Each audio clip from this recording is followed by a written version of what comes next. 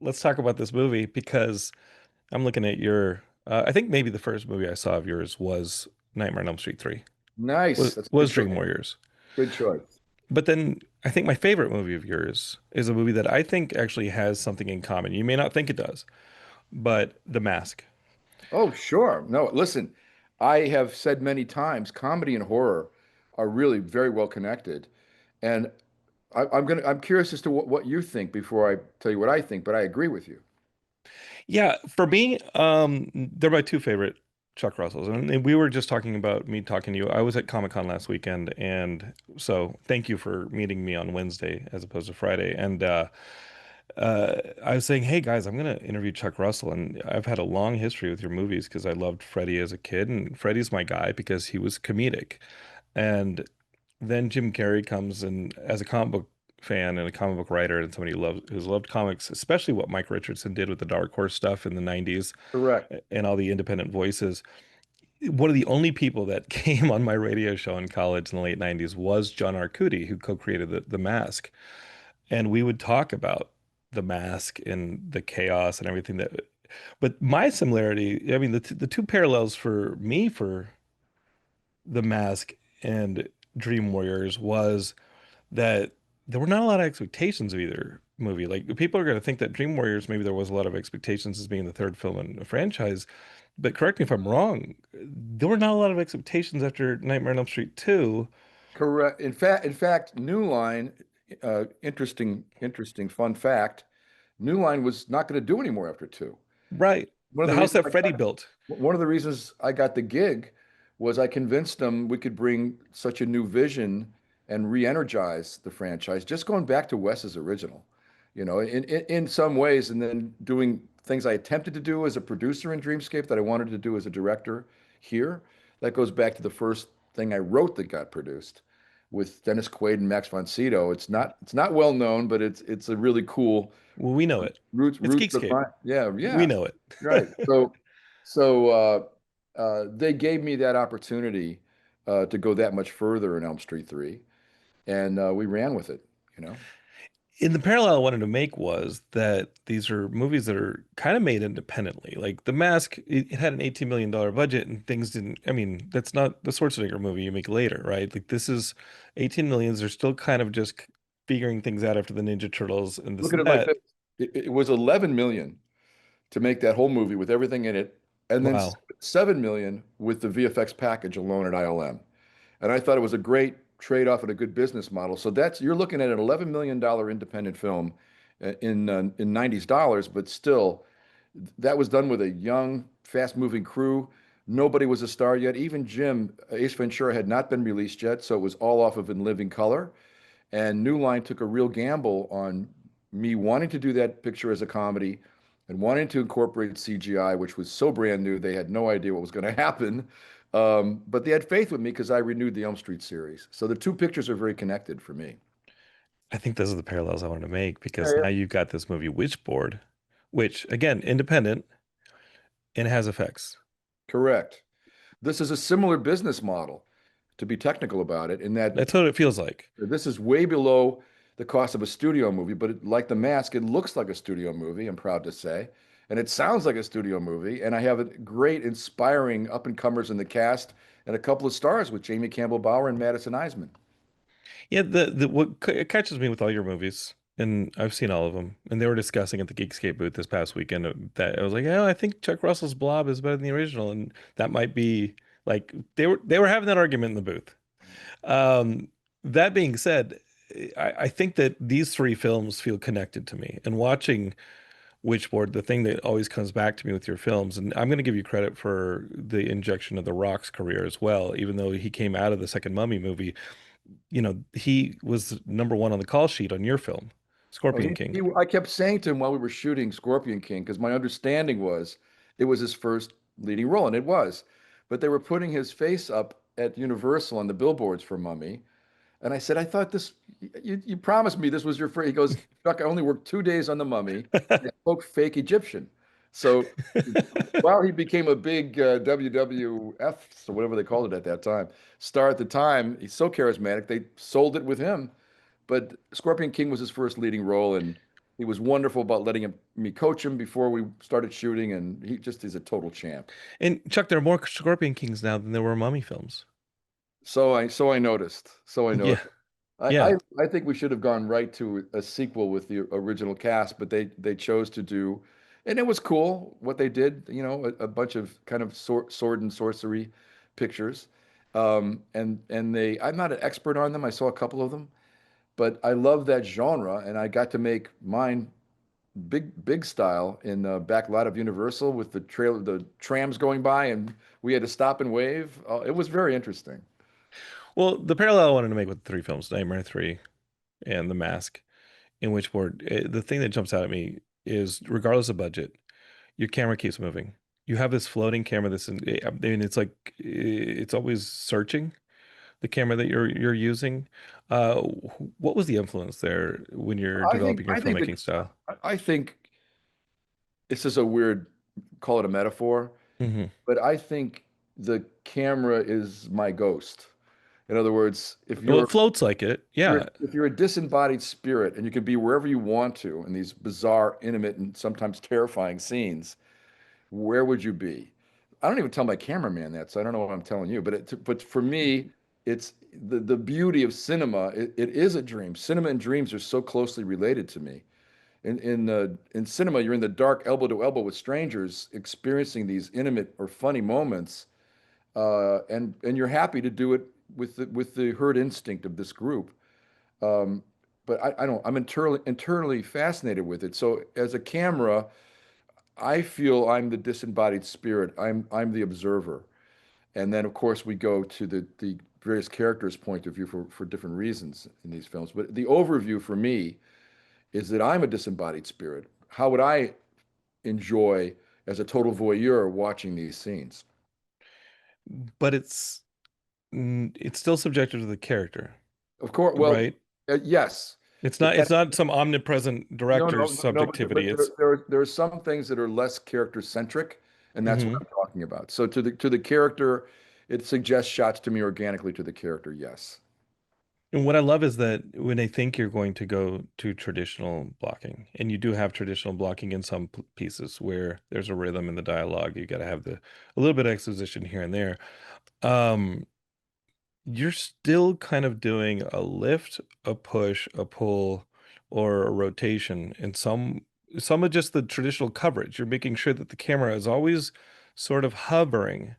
And then as things build, like there's a scene in here, there's a restaurant scene, you know it, of course.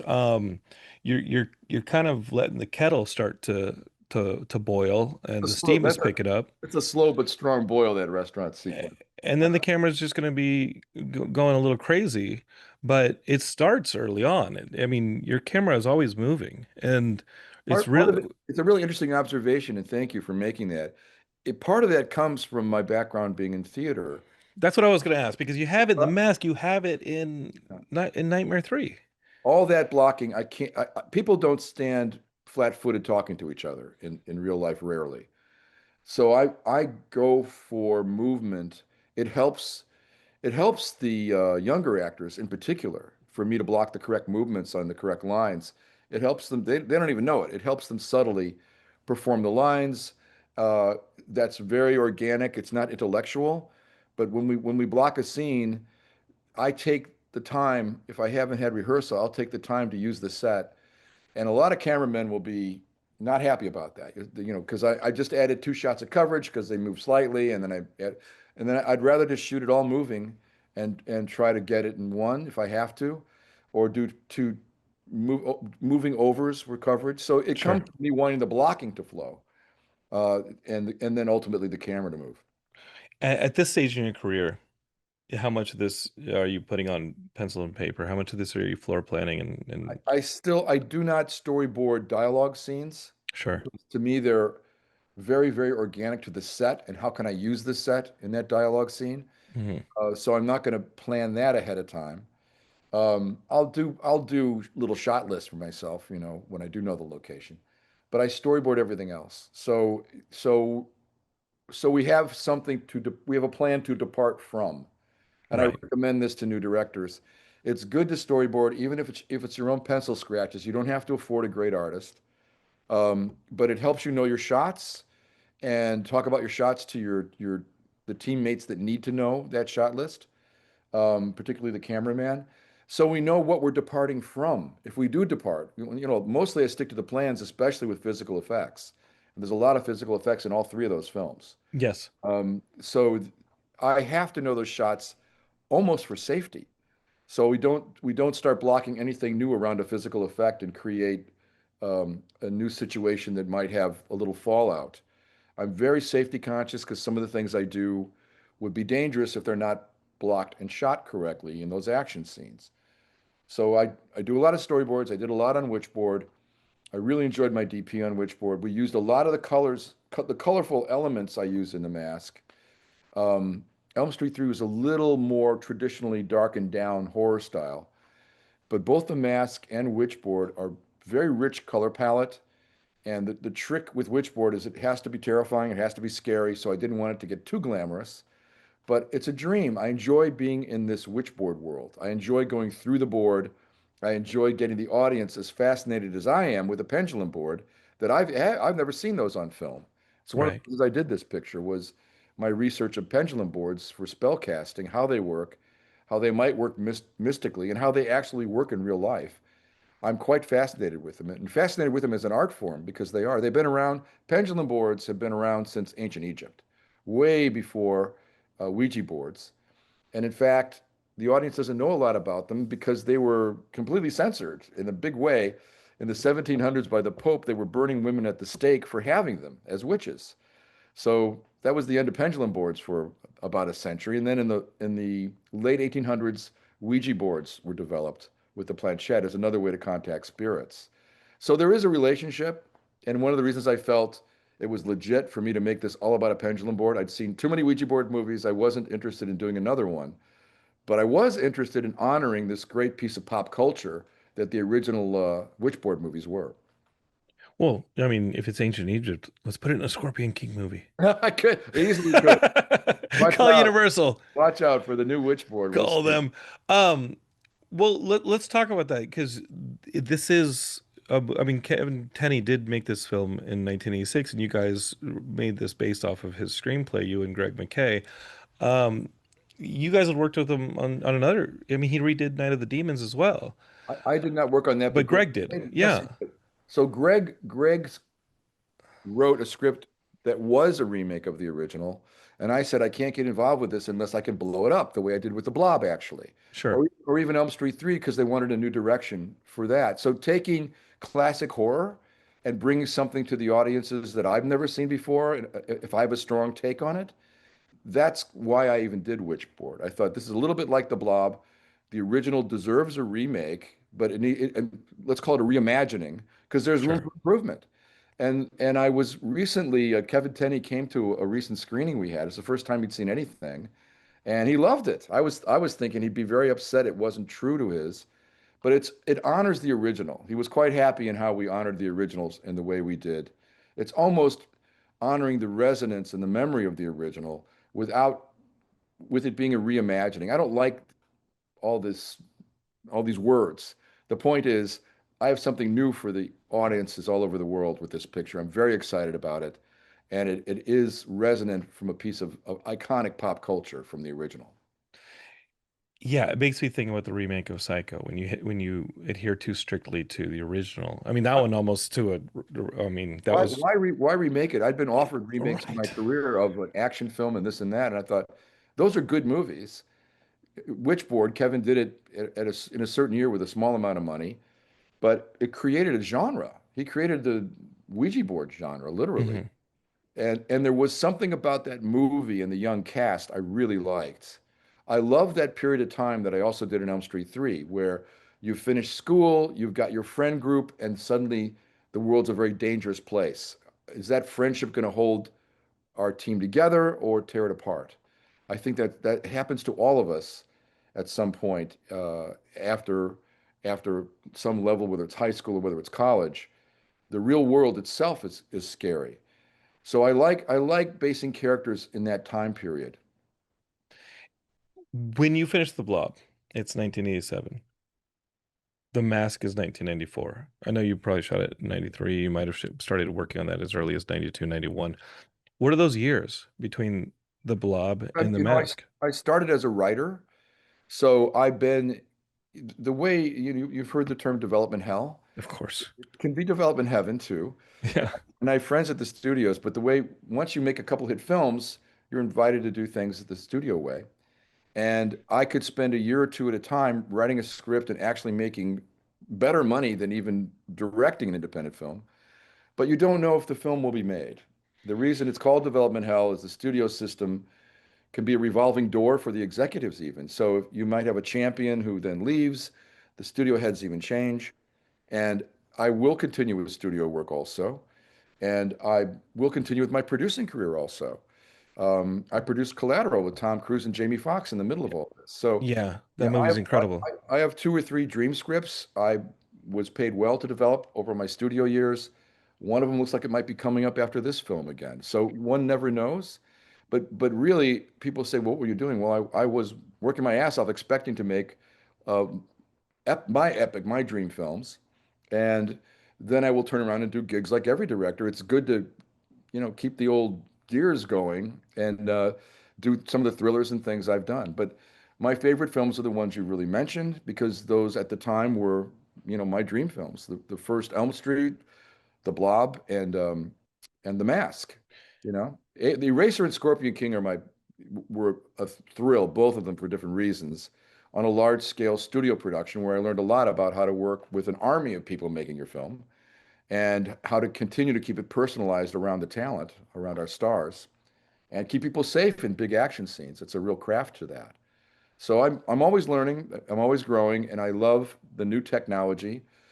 But I went back to practical effects on Witchboard. I'm very comfortable making spectacular practical effects because they age better, they look better.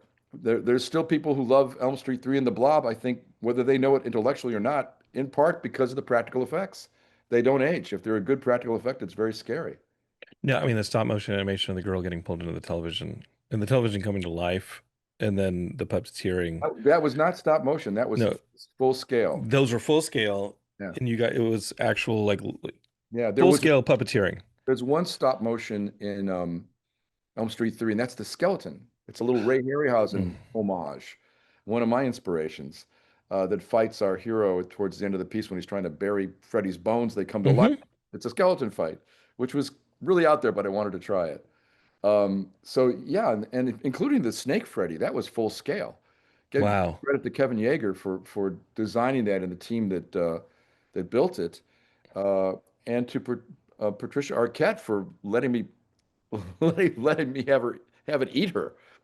That is some big risky full scale effects that still look pretty good.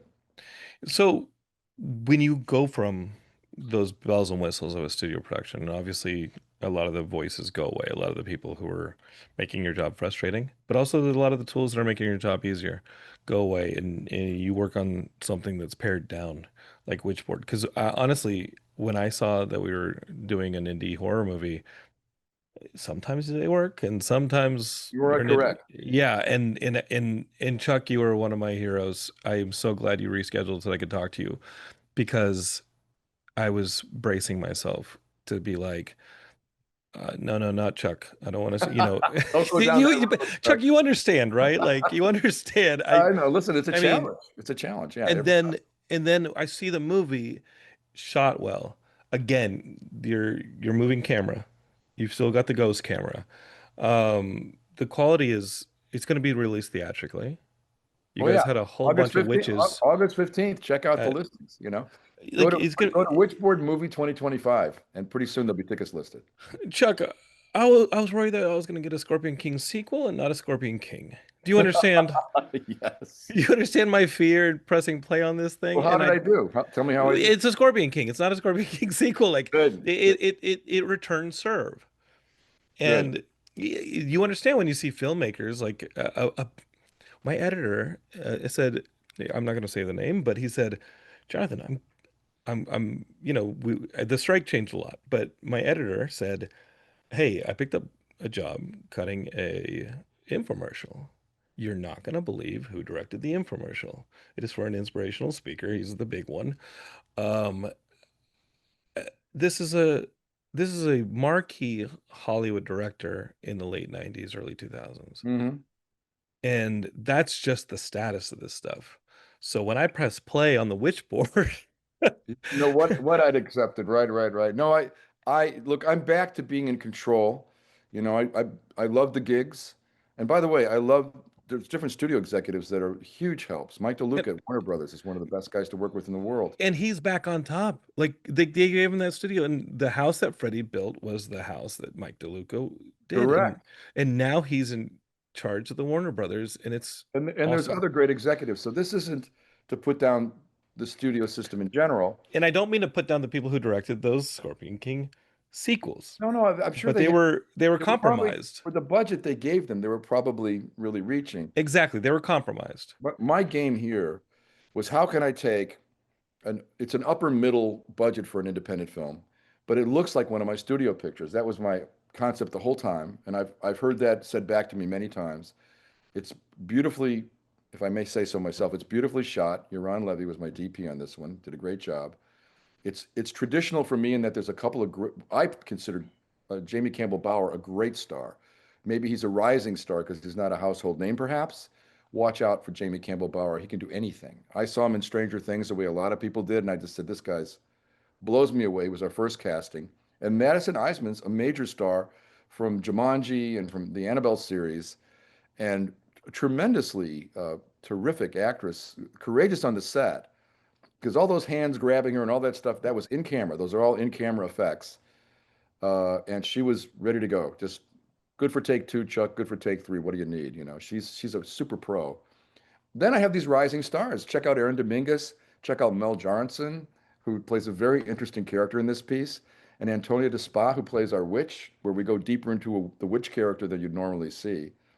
And Charlie Tahan, who's great from Ozark and a wonderful young actor. So look, I have the kind of cast where I expect a couple of them to become bigger stars, certainly over the course of their career, if not from this film.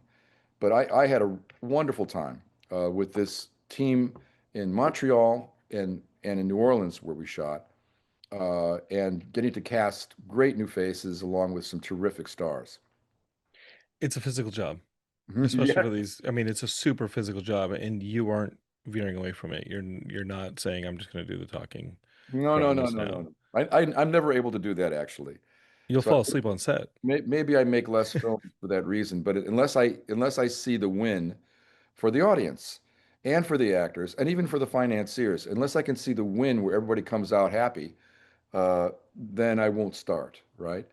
So happily, the things I developed over COVID and some of that downtime, it looks like we may be going right into them, so it won't be so long between films for me. We'll see. No, Chuck, that makes me so happy. Thank you. I mean, it does. It makes me happy. I want to have you back on Geekscape. I want you telling me about the next Exactly. movie, and I want to see that inspected. The kind of inspecting camera and be like, all right, like what's he trying to Really, show really us? what I'm doing, these are all just elements of filmmaking, but I want to get into people's heads. I like stories where we go beyond the conscious into the subconscious, into a dream state or a drug state or time. What I did in Witchboard was a combination of those things, using the board as a portal. So that's why I was fascinated with this story and why I hope the audiences are fascinated with the film. And you got the Dreams of Nightmare on Elm Street, and you've got the Mask of Loki and the Mask, Mhm. and This is that similar. is you It's just similar transported to us into a Chuck Jones cartoon, is what you did there. me. By the way, I just spent 2 days in Burbank remixing the masks. There's a Oh my new, God. I think they called it 8K. I've done colorization and remix on both The Mask and Elm Street 3 just recently by coincidence. And I deeply revisited those films because in the digital format, it's a new mix and a new colorization. And I was happy to do it. But I'm happy with I'm content with my earlier films, going back over them. As the kids say less, sir. Just give me the movies. Yeah, I would okay. love to see what you did with them. I mean, the No, they're Mask coming out. too. It's the Elm Street package. Check it out because it's a package of all the Elm Street films that I think is just now being released. I don't know when they're releasing the new mask, but it looks better than the original with what I can do with digital color and the great soundscapes you can make with digital sound. The whole thing's upgraded, but of course it's the true original. So I'm seeing more in the frame than I did in the movie theater. So you check it out, you'll see. I love when you upres something and suddenly you can see like the more colors of the actor's corneas. Like that is the greatest feeling as a Well, filmmaker Mask ever. was very colorful by Hmm. intent. So I got to make it, even pop a little bit more. And Jim Carrey's performance is still like iconic. Oh, as a fan who was so sad when the Mask 2, he signed for it and then it didn't happen. We wanted to see Walter, we wanted to see the stuff at the comics, we wanted to see all the I was willing to direct a sequel with Jim, and then Jim decided he didn't want to be doing sequels, and then he years later decided he wanted to do, I guess, Dumb and Dumber right. as a sequel. But The Mask is it's my favorite film of my own work. And I there's another Mask to do without Jim that is a little bit a shade darker, truer to the Dark Horse comics. Hmm. That would be a delight, but that's, once something's a hit, it becomes very complicated. There's many chefs in the kitchen, so we'll see if there's another Mask that's true to the Mask. I turned down the sequel because I knew the story they wanted to tell with the baby and everything wasn't really the world. My agent was furious, but it was ultimately the right decision, and I wish New World and everybody very well, you know.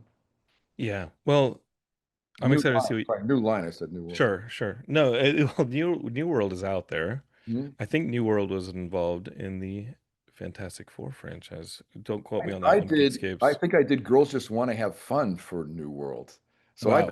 I produced it, you know. Wow. So that and Back to School, I was a producer on both of those, which is why I wanted to get back to comedy. I didn't want to just do horror after my first two horror films. Well, I think it's pretty awesome that you also did Collateral. That was Speaking of a camera that just sits behind actors in uncomfortable places, I just like that Michael Mann will be like, we're gonna shoot him from behind the ear, and it's like, okay, Michael well, Mann's one of my favorite directors, and that was a producing gig for me and Darabont. oh, And come on. well, no, we wanted to produce. And Darabont's got a same similar floating camera. He's Frank inspecting things Frank has a too. very good eye, and we kind of grew up together in the business. So we've used some of the same actors in our different films and all that. But I encouraged Frank in at the Shawshank moment.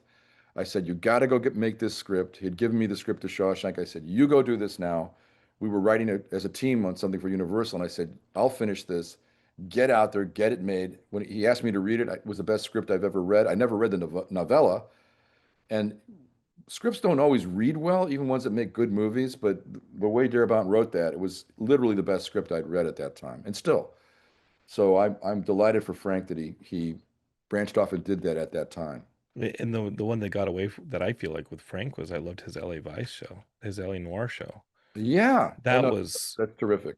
that was He's a great little he's miniseries. very It shouldn't have been a miniseries. It should have been a series.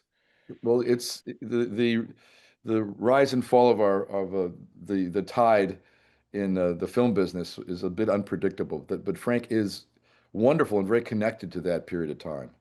Geekscape as you can think of for The Walking Dead as well. Not to take away from past Walking Dead guests here on the show, but Oh, that Frank, in my opinion, created that series, and, yes, that and pilot's incredible. they don't mention his name enough on those little talk shows they do about it.